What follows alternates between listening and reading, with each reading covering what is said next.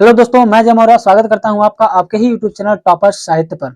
आज हम देखने वाले हैं इकोनॉमी के अंतर्गत आने वाले प्राइस और एमआरपी। यानी प्राइस क्या होता है, एमआरपी क्या होता है, इसको हम अच्छे से समझते हैं। देखिए, प्राइस का मतलब समझ रहे हो, कोई पैसा होगा। एमआरपी, कुछ लोगों को तो एमआरपी और प्राइस दोनों समझ में आ रहा होगा। सर ये सामान कितने का है, जो लिखा है वही प्राइस है, वही एमआरपी है। लेकिन इसमें अंतर है, समझिए। ये जो प्राइस होता है ना, प्राइस वो फैक्टर कॉस्ट के बराबर होता है। Factor cost.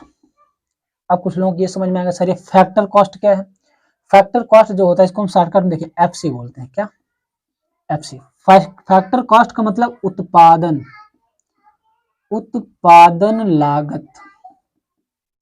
फैक्टर मतलब उत्पादन, कॉस्ट मतलब लागत। यानी किसी भी चीज को उत्पन्न करने में, बनाने में जो लागत आई है हमारी, वही कहलाती है फैक्टर कॉस्ट। समझ में आया? जैसे हमने कहा ये पेन है, इस पेन को हमने इसमें इंक वगैरह सब कुछ बनाया, और पूरा बनाने में जो हमको आया वो 10 रुपये का खर्चा आया। ये जो 10 रुपया है ना, वो क्या है हमारा फैक्टर कॉस्ट। क्योंकि इसको देखो, हम फायदा वायदा नहीं जोड़े, टैक्स वगैरह नहीं जोड़े, बस बनाने में इतना हमारा लागत आया है। अब हमको फायदा जितना चाहिए उतना तो जोड़ के हम बेचेंगे। तो बनाने में जो लागत आता है उसे हम कहते हैं क्या, प्राइस यानी फैक्टर कॉस्ट। बात समझ में आया? एमआरपी क्या होता है? एमआरपी इसे कहते हैं मैक्सिमम रिटेल प्राइस। इसका फुल फॉर्म में लिख दूं, मैक्सिमम रिटेल प्राइस।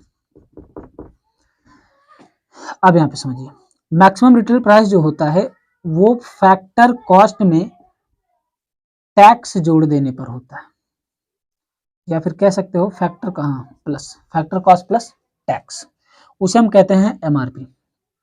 अब इसको समझिए, जैसे फैक्टर कॉस्ट क्या है, 10 रुपया। हमने कहा ये जो हमारा पेन है, इसको बनाने में लागत कितना आया था, 10 रुपया। तो हमारी जो लागत आ गई कितनी आ गई, 10 रुपया। गवर्नमेंट ने इस पर टैक्स भी मार रखा है। गवर्नमेंट में इस पे अलग अलग प्रकार के टैक्स होते हैं। मान लो सरकार कह रही है हम इस पे 2 रुपया टैक्स मारेंगे, फायदा।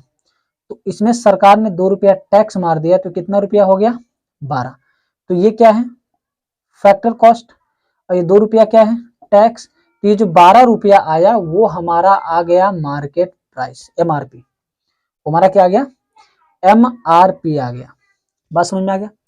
और इसी एमआरपी को हम मार्केट प्राइस भी कहते हैं। अभी उसको मैं समझाऊंगा मार्केट प्राइस क्या होता है।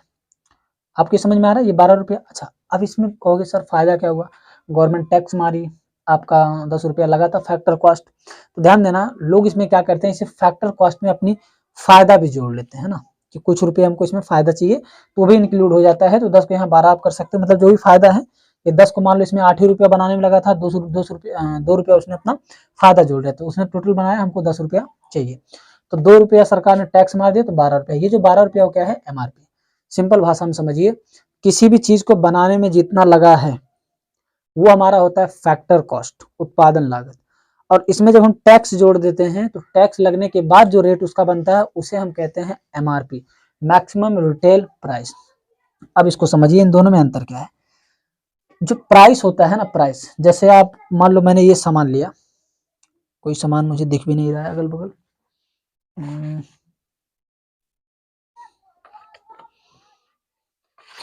जैसे मान ली मैंने ये इसको मंगवाया, ठीक है।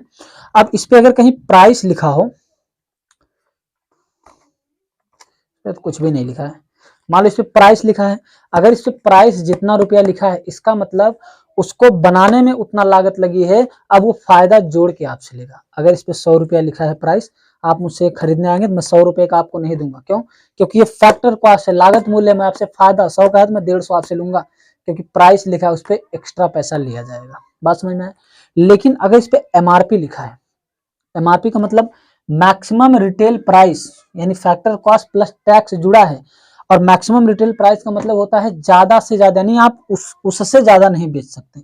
अगर हमने कह दिया कहीं पे लिखा है एमआरपी, एमआरपी लिखा है 100 रुपया, यानी आप 100 रुपये से ज्यादा उस चीज को नहीं बेच सकते। जब आप दुकानदार के पास जाते हैं तो वो आपको 100 रुपया दिखाएगा, कहेगा देखिए इस पे एमआरपी 100 रुपया, भैया 100 रुपये इसका मूल्य है, जबकि 100 रुपये को उसको नहीं मिला होता। वो एमआरपी का मतलब मैक्सिमम मूल्य है, उससे ज्यादा नहीं बेच सकते, उससे कम चाहे जितना बेचे। समझ में आया? तो यहाँ पे जो प्राइस होता है, प्राइस में आपसे आप कहेंगे तो लिखा इतने था, हमसे ज्यादा पैसा ले लिया। क्यों ज्यादा ले लिया? क्योंकि वो प्राइस है, उसकी लागत मूल्य है, फायदा तो लेगा ही।